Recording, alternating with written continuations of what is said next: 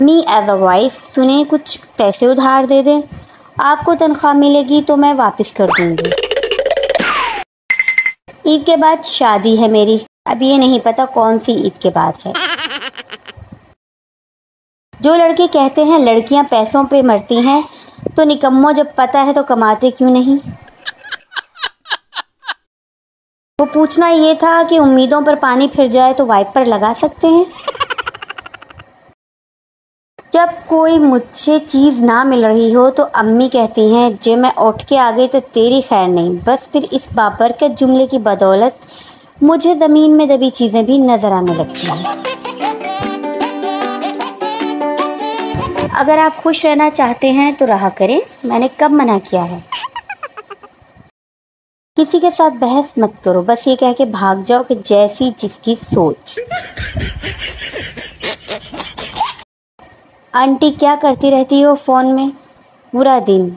मैं funny post बनाती हूँ। फ़नी पोस्ट का कारखाना है मेरा। अगर कोई लड़का आपसे प्यार करता है तो उसकी फीलिंग को समझो, खुद को हीरोइन नहीं। मैं गजरों से खुश हो जाती हूँ यार, तुम तारे तोड़ने आसमान पर मत चले जाना।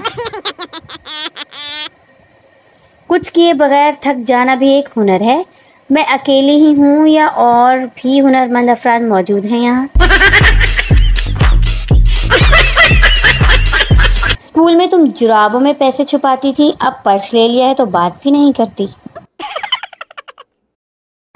बीवी क्या कर रहे हो? शौहर मक्खियाँ मार रहा हूँ। बीवी कितनी मार ली? शौहर 3 फीमेल 2 मेल। बीवी आपको कैसे पता चला 2 मेल है और 3 फीमेल? शौहर 3 शीशे के आगे बैठी थी और 2 गोल्ड लीफ की डब्बी पर। बीवी चलो उठो चाय बनाओ। शौहर उठकर सीधा बाहर जाने लगा। बीवी कहाँ जा रहे हो? तुमसे छुटकारा पाने के लिए। थोड़ी देर के बाद शौहर घर वापस आया और चाय बनाने लगा। बीवी ने कहा क्या हुआ? शौहर कुछ नहीं, वकील साहब बर्तन धो रहे थे। मुझे तो ये सोच सोचकर इतनी खुशी होती है कि शादी के बाद मेरे पास भी शौहर होगा।